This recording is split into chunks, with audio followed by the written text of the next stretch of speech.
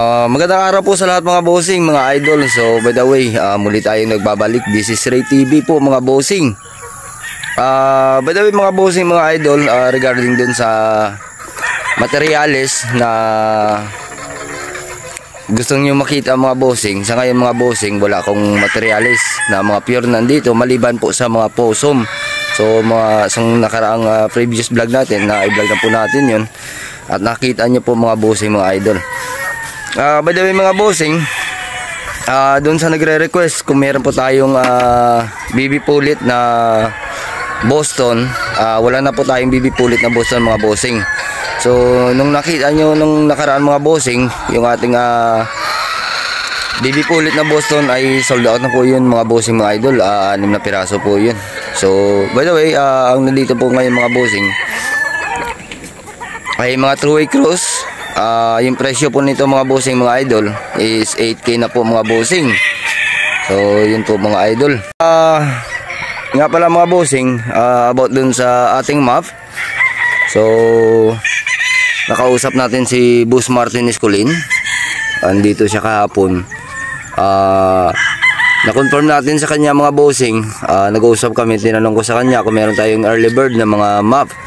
So mga bossing, yung map na pala yun is national na po. Meron tayong sa national tayo magkakaroon ng mga map. So sa ngayon, wala tayong may ipapakita sa inyo sa mga nagre-request na map naman yung ating ipapakita. So wala tayong map dito na natira mga boss idol, dahil hindi po kami hindi tulad ng mga regular natin na mga binibreed, mga possum at saka mga 5K Boston. Yung map po yun mga bossing, pipilian lang po namin yun kung ilan lang po yung itira namin, at yung iba ikakala po namin mga bossing. So dahil nga ang kadalihanan na po mga idol ay hindi po namin regular na binibreed lang po yun mga bossing. Kumbaga limited lang po yung pagbreed namin ng mga map. Ayan, so yung makikita dito ngayon mga boss idol, katulad nyan ay iuwi natin yan sa Rojas. So galing po ito sa kabila, mga stag po ito na hindi na nilaban. So ibabalik po natin ito sa Rojas mga bossing, para next year may magamit tayo bull stag. Kung hindi po ito mabibili ng bull stag, ay sakak po natin ito gagamitin mga bossing, mga idol. So yung kinuha ko doon kanina, nasa 40 heads. So yung nasa 40 heads na ito mga boss idol, ay ito po yung ibabalik natin sa Rojas. Kung mapapansin nyo ito mga bossing, ay lugo na po sila. Ito po yung ating Escolin na white. So yan po mga bossing, ibabalik na natin to sa Rojas. So meron po tayo ditong bulik. Ito po yung ating bulik mga idol. Ayan.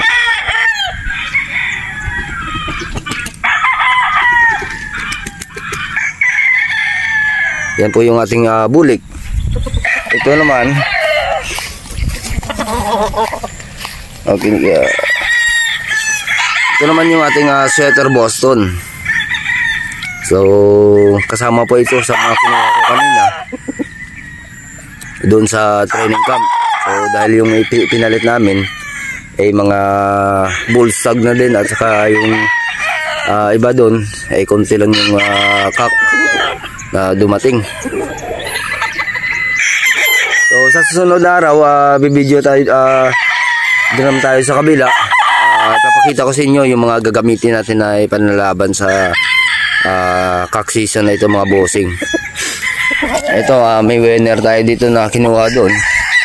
Hindi na natin ito balda na yung kanyang paa. Yan po yung ating warriors na nilaban nun sa 9 stag. Ito po sila yung ating elimination dun sa Santa Monica. So yan yung kasama ng map natin doon na nanalo. Ang bloodline niyan mga boss idol, isang 5K sweater na pure. So yan po ang ating 5K sweater pure na nilaban natin doon sa Santa Monica na winner. At ito naman po mga bossing, yung bloodline nito ay isang winner din ito mga boss idol. So kung mapapansin nyo, yan yung kanyang pa. Meron pong lahat po ng winner ay nilalagyan po namin ng leg band ng esculin.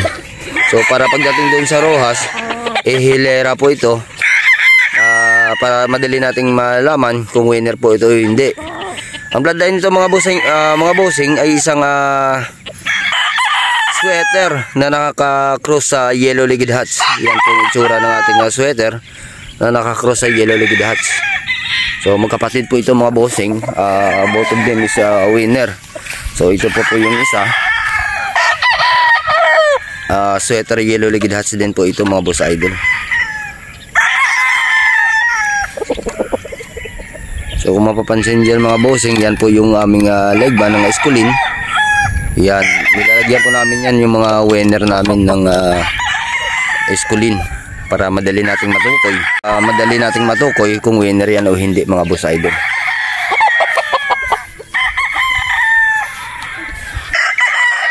So, ito po sila yung mauwi na dun sa Rojas mga boss idol. Meron pa tayo dong sweater boss na winner na isa.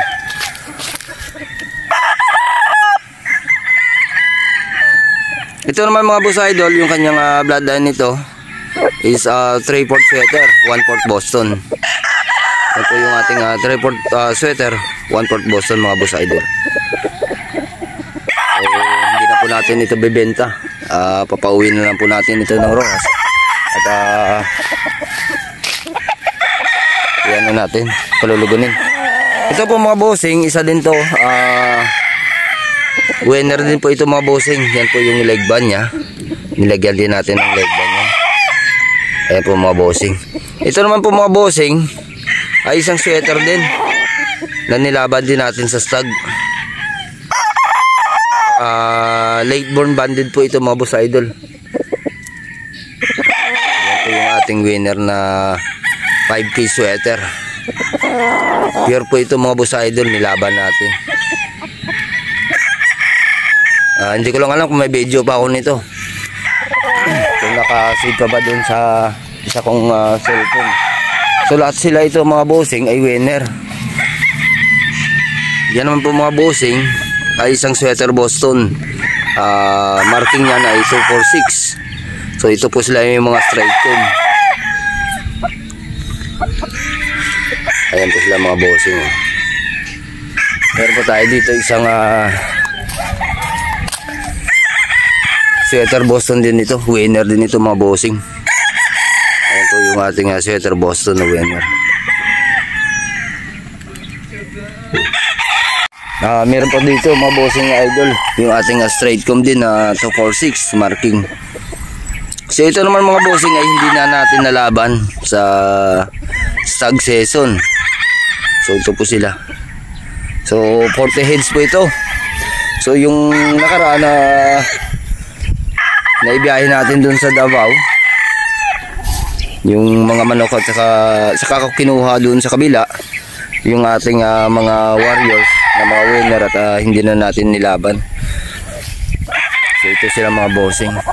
Ito naman mga bossing, ano po itong bloodline po ito, sweater na nakakross sa Boston na nakakross sa Gilmore. So ito po yung itsura ng atin Gilmore na nakakross sa sweater sa Boston. So yung ginamit po dito mga bossing, yung inahin po na ginamit dito ay Boston, at saka yung ating ganador is Gilmore. So yun po mga bossing, mga idol, gwapong manok din. Yung kanyang mata ay pulang-pula At saka mga bossing, by the way pala, sa mga nagtatanong about dun sa ating mga parapol, sa ating painding, ay nag-stop po muna kami dahil wala tayong makukuha mga ganador na ipaparapol natin. So kung ito naman ay ipaparapol natin, dito ako kukuha, ay maglulugo na. So kung mapanulunan nyo ay hindi nyo na pwedeng ilaban o o gawing ganador kasi nga maglulugon sila, so masakit na yung katawan nila ito mga bossing. Siguro balik tayo dun sa ating parapol.